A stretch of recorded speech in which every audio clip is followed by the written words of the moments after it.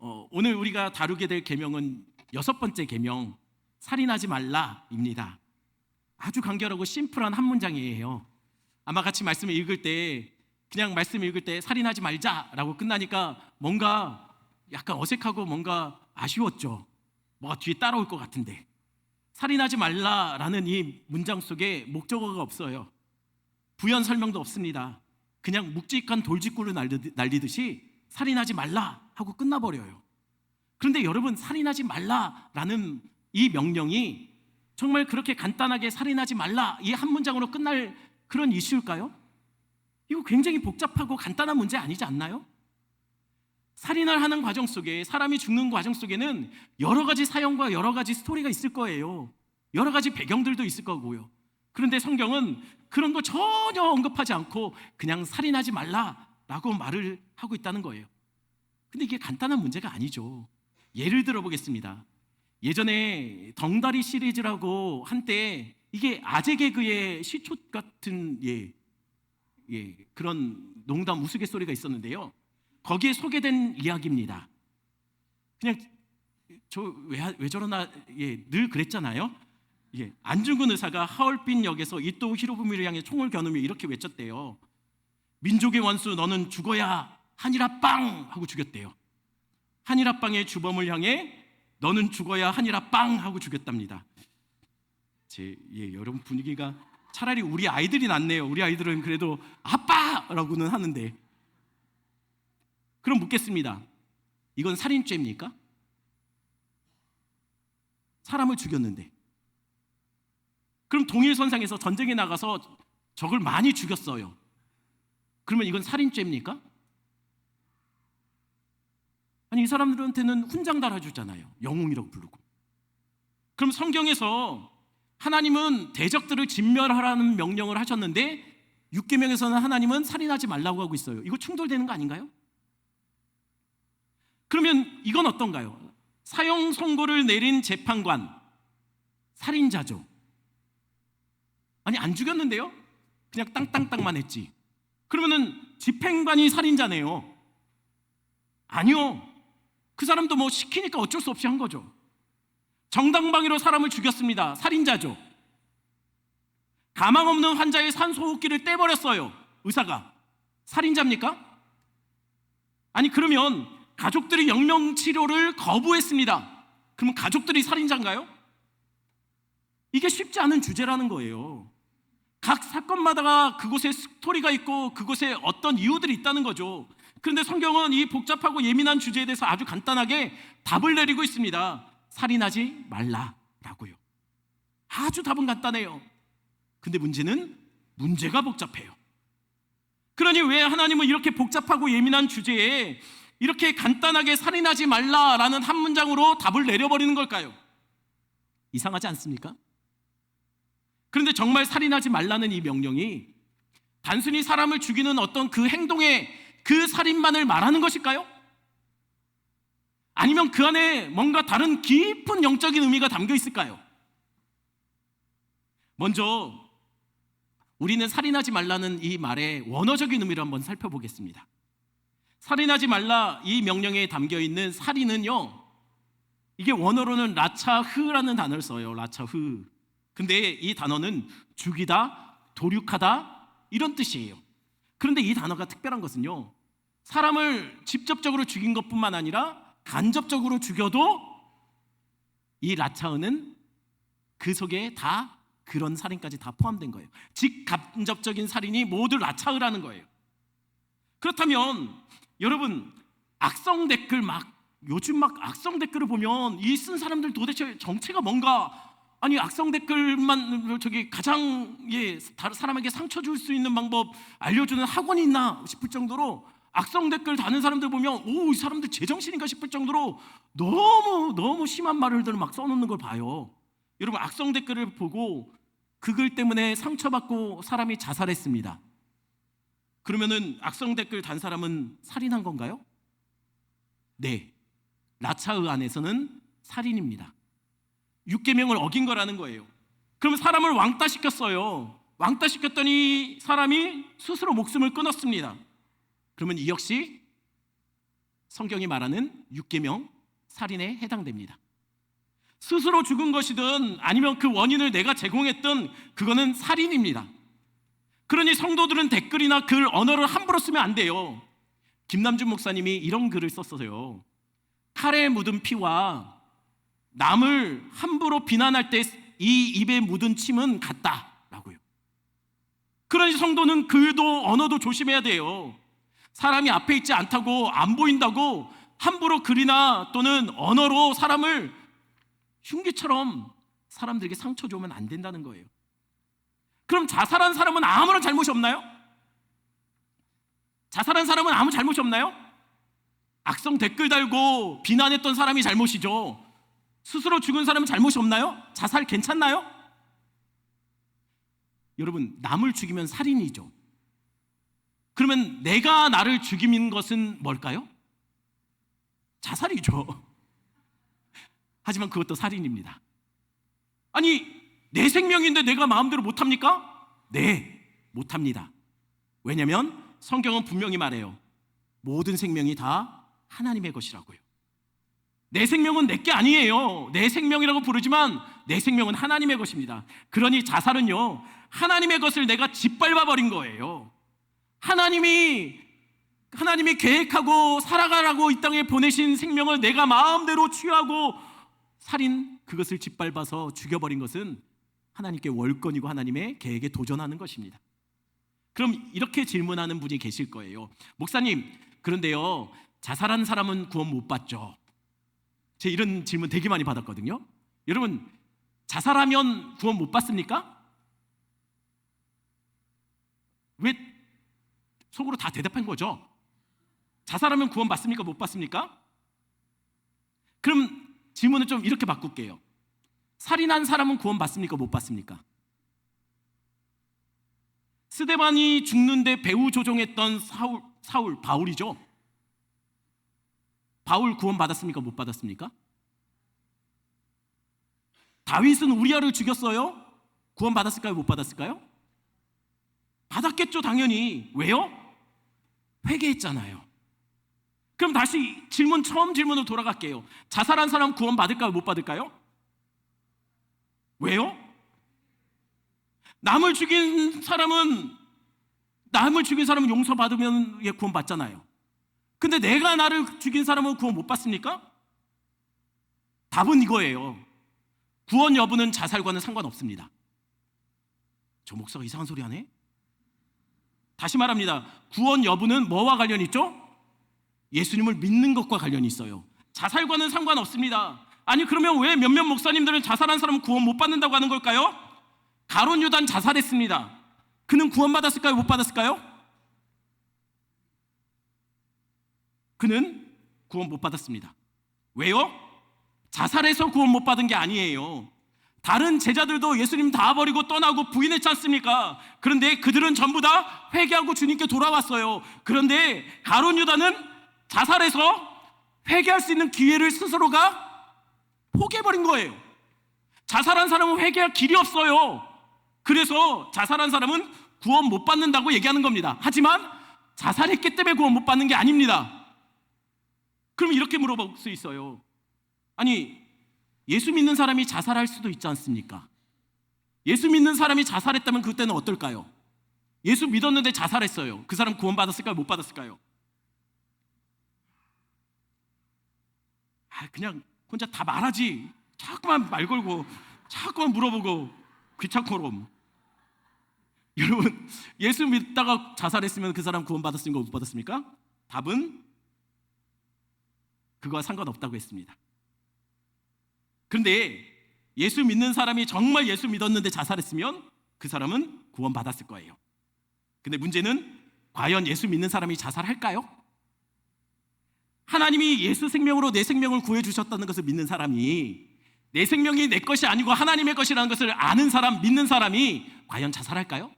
정말 예수를 믿는 것이 맞다면요.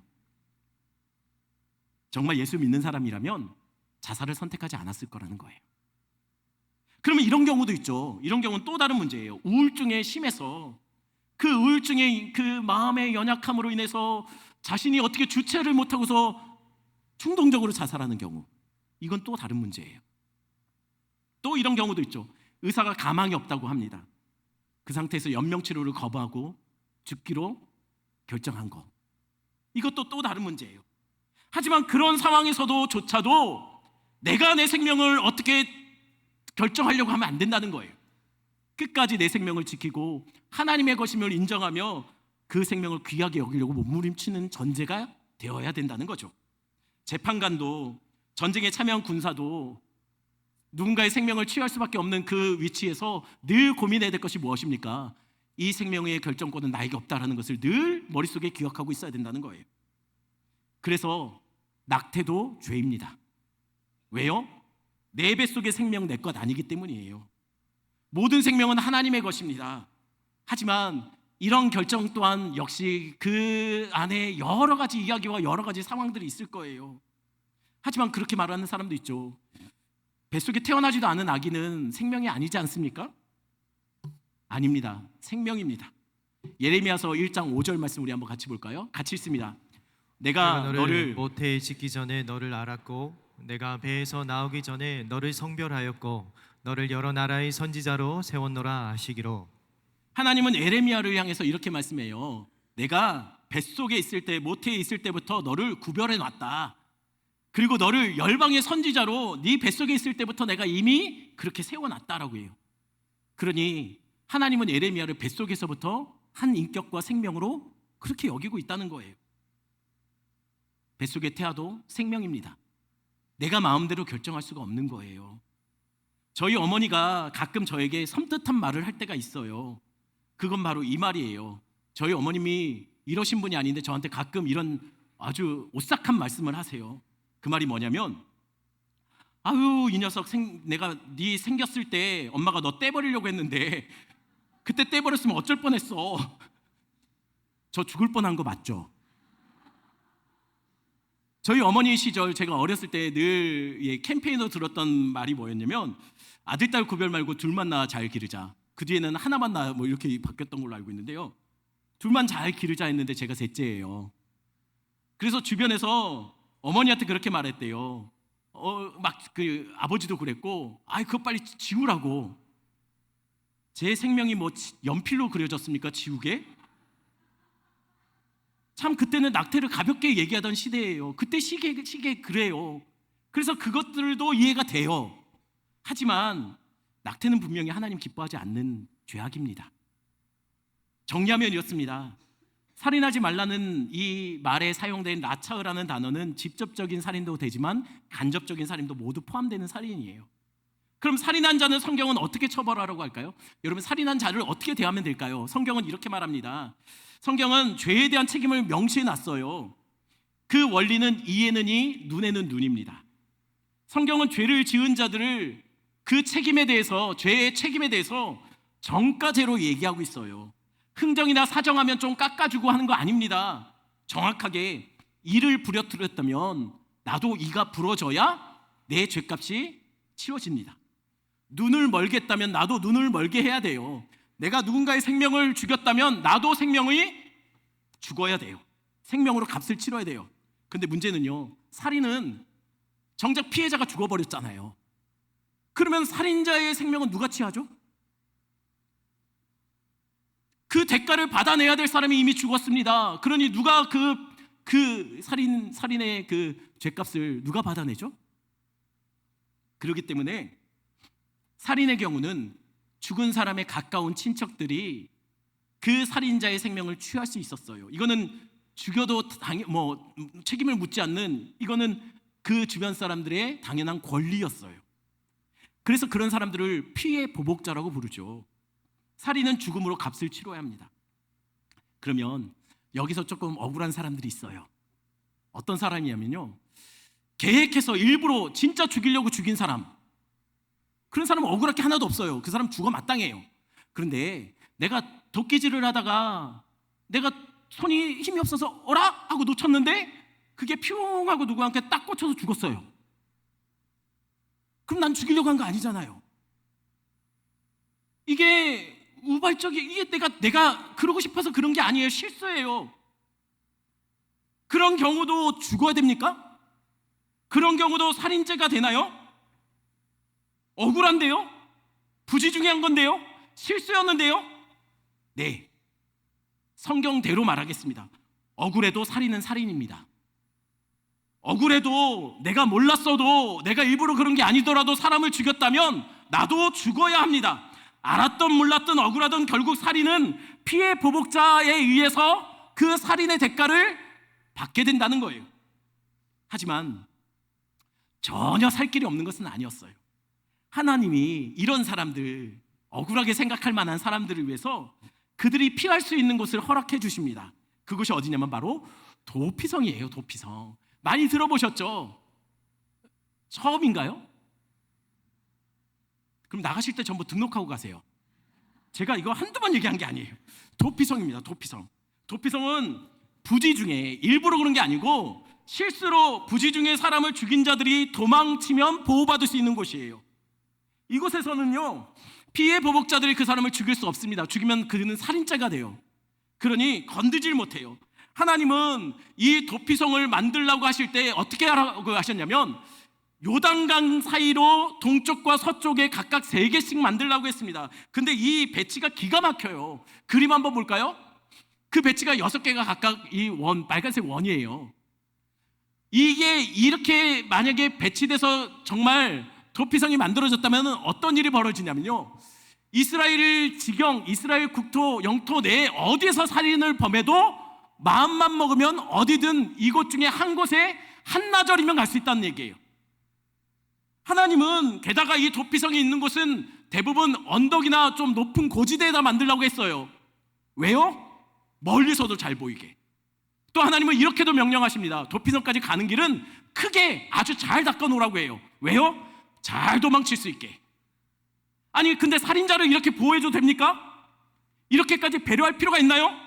네, 살인자지만 몰라서 그런 거니까, 억울하니까, 실수로 그런 거니까.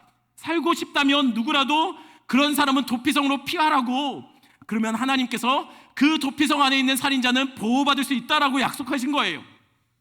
그러면 좀 살다 보면 쇼핑도 해야 되잖아요.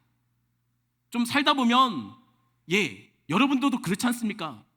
오산이 국제적인 도시지만 오산에 살다 보면 쇼핑하러 굳이 수원 같은 촌 동네로, 죄송합니다. 수원 사시는 분들 죄송합니다. 제가 오산이 다수결로 오산에 살다 보면 수원 같은 촌에 가서도 쇼핑하고 싶고 그런 마음들이 들 때가 있지 않습니까? 그렇게 만약에 도피성에 있다가 좀 바깥 구경도 하고 싶고 나가면 어떤 일이 벌어질까요? 민수기 35장 26절 27절, 제가 26절 여러분 27절 읽어주십시오. 그러나 살인자가 어느 때든지 그 피하였던 도피성 지경 밖에 나가면 피를 보복하는 자가 도피성 지경 밖에서 그 살인자를 만나 죽일지라도 피 흘린 죄가 없나니, 도피성을 벗어나면 그때는 피해 보복자들이 그를 죽여도 그는 살인죄가 해당되지 않습니다. 당연한 권리죠. 왜요? 피해 보복자들이니까요. 대신 값을 치르게 한 거니까요. 그러니 살인자는 어떻게 해야 됩니까? 살려면 도피성 안에서 꼼짝하면 안 돼요. 밖에 나가면 안 됩니다. 밖에 나가면 보호받지 못해요. 안에 있어야 돼요. 그러면 이거는 도피성이 아니고 감옥이죠. 아니요, 피난처입니다. 아니 벗어날 수 없다면 감옥 아닌가요? 아닙니다. 안전해질 때까지 보호받을 수 있는 피난처예요. 그럼 언제까지 안전할 때가 언제입니까? 민수기 35장 32절입니다. 같이 있습니다. 또 도피성에 피한 자는 대제사장이 죽기 전에는 속전을 받고 그의 땅으로 돌아가 거주하게 하지 말 것이니라. 언제까지 머물라고요? 대제사장이 죽기까지는 머물러 있어야 됩니다. 그 전까지는 나가면 안 돼요. 그러나 대제사장이 죽으면요, 모든 도피성 안에 가득 찼던 살인자들은 전부 다 와 해방이다 하고 나가요. 그래도 바깥에서 그 피해 보복자들을 만나도 그때는 피해 보복자들이 죽일 수 없어요. 그때 죽이면 뭐가 됩니까? 이들이 살인죄가 되는 거예요. 그러니 도피성 안에 사는 사람들은 간절한 소망이 있어요. 매일 아마 자기들끼리 가정 예배 드릴 때마다 늘 기도하는 기도 제목이 있을 겁니다. 뭡니까? 대제사장 빨리 죽어라. 왜 이렇게 오래 사시나? 예, 주님 부르실 때 빨리 가시지. 왜요? 그래야 집으로 돌아갈 수 있어요. 그래야 자기 기업으로 다시 돌아갈 수 있습니다. 정리하면 이렇습니다. 직간접적인 모든 살인 다 성경은 살인이라고 말해요. 율법으로는 다 생명으로 값치루어야 될 죄입니다. 그러나 하나님은 도피성을 만들어 놓으셨어요. 그리고 피할 길을 내어주십니다. 언제까지 피해 있으면 됩니까? 대제사장이 죽을 때까지. 대제사장이 죽으면 그때는 진짜 자기의 집으로, 자기의 기업으로 돌아갈 수 있어요. 왜냐하면 대제사장이 죽으면 모든 살인자들의 죄는 없어지는 것은 아니지만 죄의 책임은 사라집니다. 아니, 그런데 이상하죠. 모든 살인자의 죄의 책임이 왜 대제사장이 죽었다고 그게 사라집니까? 대제사장이 죽은 것과 살인자들의 그 죄의 책임이 무슨 상관이 있습니까? 그러니 여러분, 율계명이 정말, 여기서 살인하지 말라는 이 명령이 정말 사랑과의 관계 속에서 살인, 죽이는 거, 요것만을 그냥 단순히 진짜 살인만을 이야기하는 걸까요? 거기에는 뭔가 더 영적인 의미가 있지 않을까요? 이 계명을 예수님은 어떻게 풀어내시는지 한번 볼까요? 먼저 마태복음 5장 7절 말씀, 우리 한번 같이 읽겠습니다. 내가 율법이나 선지자를 폐하러 온 줄로 생각하지 말라. 폐하러 온 것이 아니요 완전하게 하려 함이라. 예수님은 율법을 폐하러 오신 분이 아니라 율법을 완성시키려고 오신 분입니다. 그 완성시키려고 오신 분이 이 6계명을 어떻게 설명하고 계시는지 마태복음 5장 21절 22절 21절 제가 22절 읽어주십시오. 옛사람에게 말한 바 살인하지 말라. 누구든지 살인하면 심판을 받게 되리라 하였다는 것을 너희가 들었으나 나는 너에게 이르노니 형제에게 노하는 자마다 심판을 받게 되고 형제를 대하여 나가라 하는 자는 공회에 잡혀가게 되고 미련한 놈이라 하는 자는 지옥불에 들어가게 되리라. 21절에 옛사람에게 말한 바 살인하지 말라는 6계명을 말하는 거예요.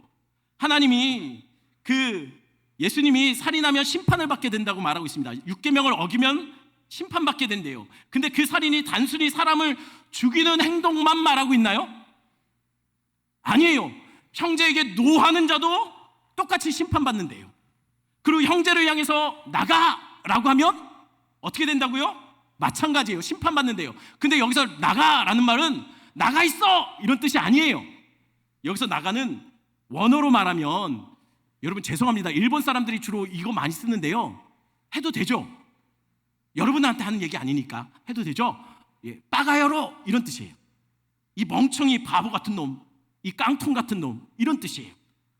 혹시 누군가를 두고 멍청하다, 답답하다, 미련하다 이렇게 비난하고 있다면 예수님은 그것도 살인이라고 말합니다. 혹시 여러분 주변에 멍청한 사람이 있습니까? 세상에 멍청한 사람은 없어요. 다르게 생각하는 거예요. 내가 멍청하다고 생각하는 거죠. 그러면 그 사람은, 세상에 멍청하다고 생각하는 사람은 이 세상에 존재하지 않습니다. 왜요? 죽었잖아요. 예, 이것도 살인이라고 해서, 예, 죄송합니다. 예, 이해가 안 되셨나 보네. 그러면 그렇게 한 자들은 어떻게 된다고요? 심판받습니다. 율법에 의해서 정죄받고 결국 지옥불에 들어가게 된다라고 얘기하고 있어요. 아니, 왜 지옥입니까? 6계명을 어기면 그냥 생명을 취했잖아요. 근데 성경은, 예수님은 그걸 갖고 지옥불에 던져지게 된다고 얘기하고 있습니다. 이거에 대해서 요한일서 3장 15절은 이렇게 말해요. 제가 있습니다. 그 형제를 미워하는 자마다 살인하는 자니 살인하는 자마다 영생이 그 속에 거하지 아니하는 것을 너희가 아는 바라. 왜냐하면 형제 미워하는 것이 살인이기 때문이에요. 살인은 형제를 미워하는 마음에서부터 시작되기 때문이에요. 그 살인의 출발점은 사실 살인 그 자체이고, 그 동기 자체가, 하나님은 그 마음속에서 일어난 살인을 실제로 벌어지지 않았다 할지라도 그것을 살인처럼 여기신다는 거예요. 죽인 것만 살인이 아닙니다. 그 형제의 영혼을 저주하고 미워하고 비난하고 무시하고 멍청하고 미련하다 말하는 것도 살인의 일부이자 시작이자 살인 그 자체입니다. 그럼 이런 자들에게 주어지는 형벌이 뭐라고요? 죽음이래요. 그냥 죽음 아니고요, 영원한 불구덩이에 던져지는 죽음이라고 말하고 있습니다. 그러면 큰일 났죠. 여기 살인하지 않은 사람이 있습니까? 여기 살인 안 한 사람이 있습니까? 다들 몇 번씩 미워하는 사람들 주변에 다들 있잖아요. 누군가는 두루두루 차별 없이 살인하셨고, 또 누군가는 난 한 사람만 팬다라는 마음으로 한두 명 찝어서 열심히 죽였고, 또 누군가는 신문에는 안 나왔지만 연쇄살인범도 이 안에 있지 않습니까?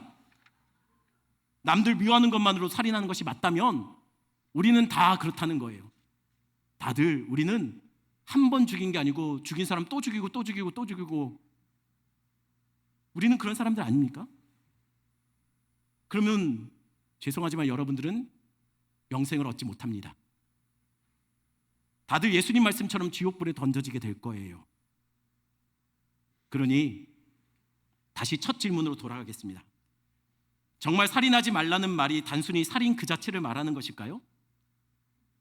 정말 예수님이 말한 형제를 미워하고 그 형제를 나가라 하고 미련하다 말하면 영생 얻지 못하고 불구덩이에 떨어지는 거 맞습니까? 정말 그는 정말 영생을 얻지 못하는 게 맞나요? 성경이 그렇게 우리에게 말해주고 있습니다. 죄송하지만 성경은 그렇게 말하고 있어요. 그 형제에게 미워하고 형제의 말과 행동을 어리석다, 미련하다, 나가라 한다면 율법에 따라 죽임을 당하게 될 것이고 불구덩이에 떨어지고 영생을 얻지 못할 거라고 성경은 분명히 말하고 있어요. 그런데 여기서 주목할 단어가 있습니다. 마태복음 5장 21절 우리 한번 다시 볼까요?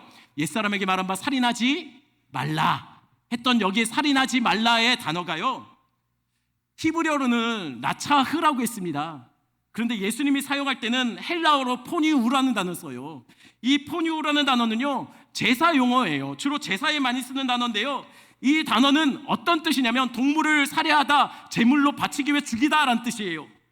그러니 예수님이 하신 말을 살인하지 말라는 의미는 그 안에는 이런 의미가 있어요. 내 형제를 제물같이 살해하지 말라, 제물처럼 죽여서 주님께 드리지 말라라는 의미예요.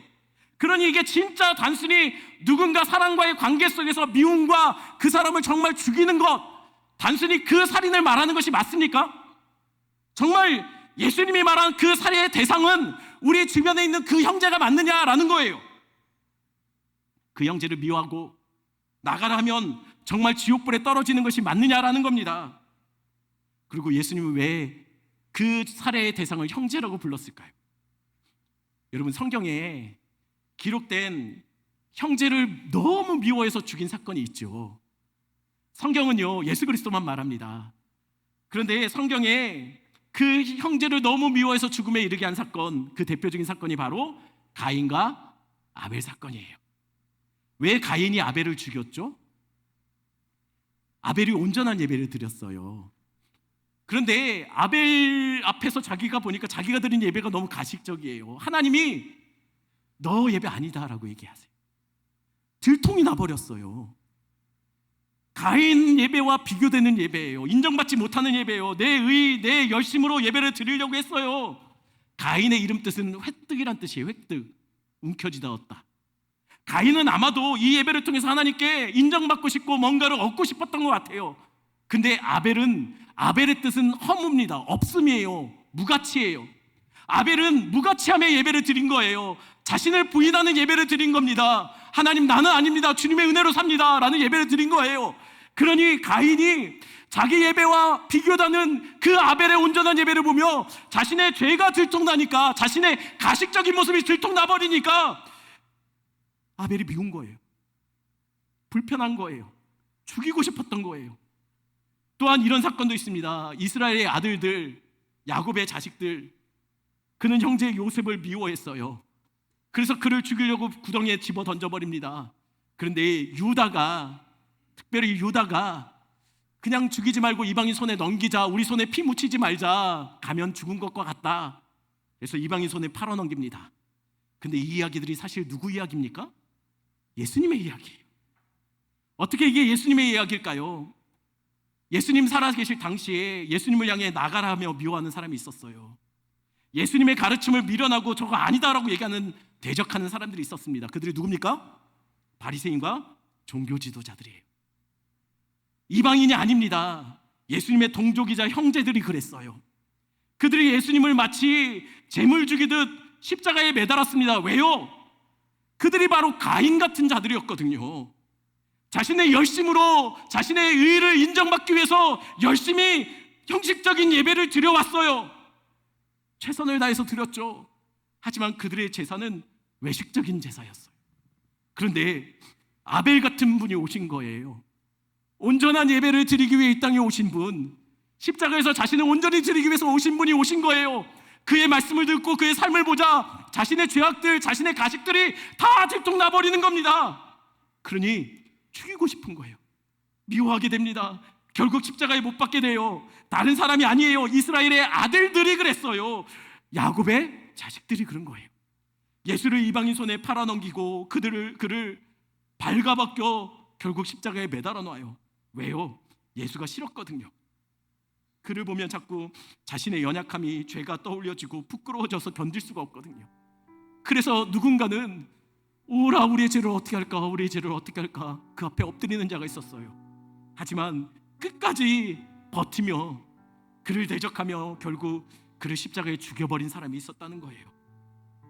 그런데 이게 어디 이스라엘만 그렇습니까? 우리도 예수 믿기 전에는 다들 예수의 원수로 살았잖아요. 예수의 십자가가 결국 우리 때문 아닙니까? 예수를 십자가에 죽게 만든 게 우리 아니냐는 거예요. 그런데 어쩌면 그렇게 생각할 수도 있어요. 나는 아닌데요. 나는 몰랐는데요. 나는 억울합니다. 우리는 이게 죄인 줄도 몰랐습니다. 우리는 예수를 아예 몰랐습니다. 그것이 예수를 미워하는 일인지, 그것이 예수를 십자가에 죽이는 일인지 우리는 모르고 그랬습니다. 우리는 알지 못했잖아요. 죄송합니다. 모르고 그랬어도 살인은 살인입니다. 모르고 그랬어도 예수를 믿지 않는다는 것은 곧 예수를 십자가에 못 박아 죽이는 것과 같습니다. 우리 모두 예수 죽인 자들이고 결국 지옥불에 떨어질 자들이고 결국 하나님의 원수됐던 자들이라는 거예요. 예수를 죽인 자들이에요. 그러나 하나님은 우리에게 살 길을 열어주셨어요. 그게 뭡니까? 도피성이에요. 그곳으로 가면 안전합니다. 피의 보복자인 사단이 우리를 날마다 고소하며 우리의 죄를 들통나게 만들고 우리의 죄를 지적하며 우리를 살 수 없게 만들지만 도피성에 가면 안전합니다. 바로 예수 피의 공로로 세워진 교회가 도피성입니다. 그의 복음, 그 대속의 은혜가 바로 우리가 숨을 도피성이에요. 그러나 기억하세요. 결국 우리는 이 땅이 아니라 하늘 본향 우리의 진짜 집으로 돌아갈 때가 온다는 거예요. 어떻게 이게 가능하죠? 대제사장이신 예수 그리스도가 우리를 위해서 이미 죽으셨어요. 죽을 우리가 아니라 죄 없으신 그분이 십자가에 매달려 죽으셨어요. 살인하지 말라는 이 말의 의미는 단순히 사랑과의 관계만을 이야기하는 것이 아닙니다. 그것을 통해서 우리에게 말씀하고 있는 거예요. 더 이상 예수를 대적하고 그를 미워하고 그의 복음을 나가라 외치며 미련하다 말하며 예수를 십자가에 못 박는 제물로 죽여버리는 그런 삶 살지 말라고 우리 주님이 이 명령 안에 담아서 우리에게 메시지하고 있는 거예요. 그러니 예수를 죽이고 예수를 미워하고 대적하는 자가 아니라 우리 성도님들 예수로 사시는 여러분 되기를 바랍니다.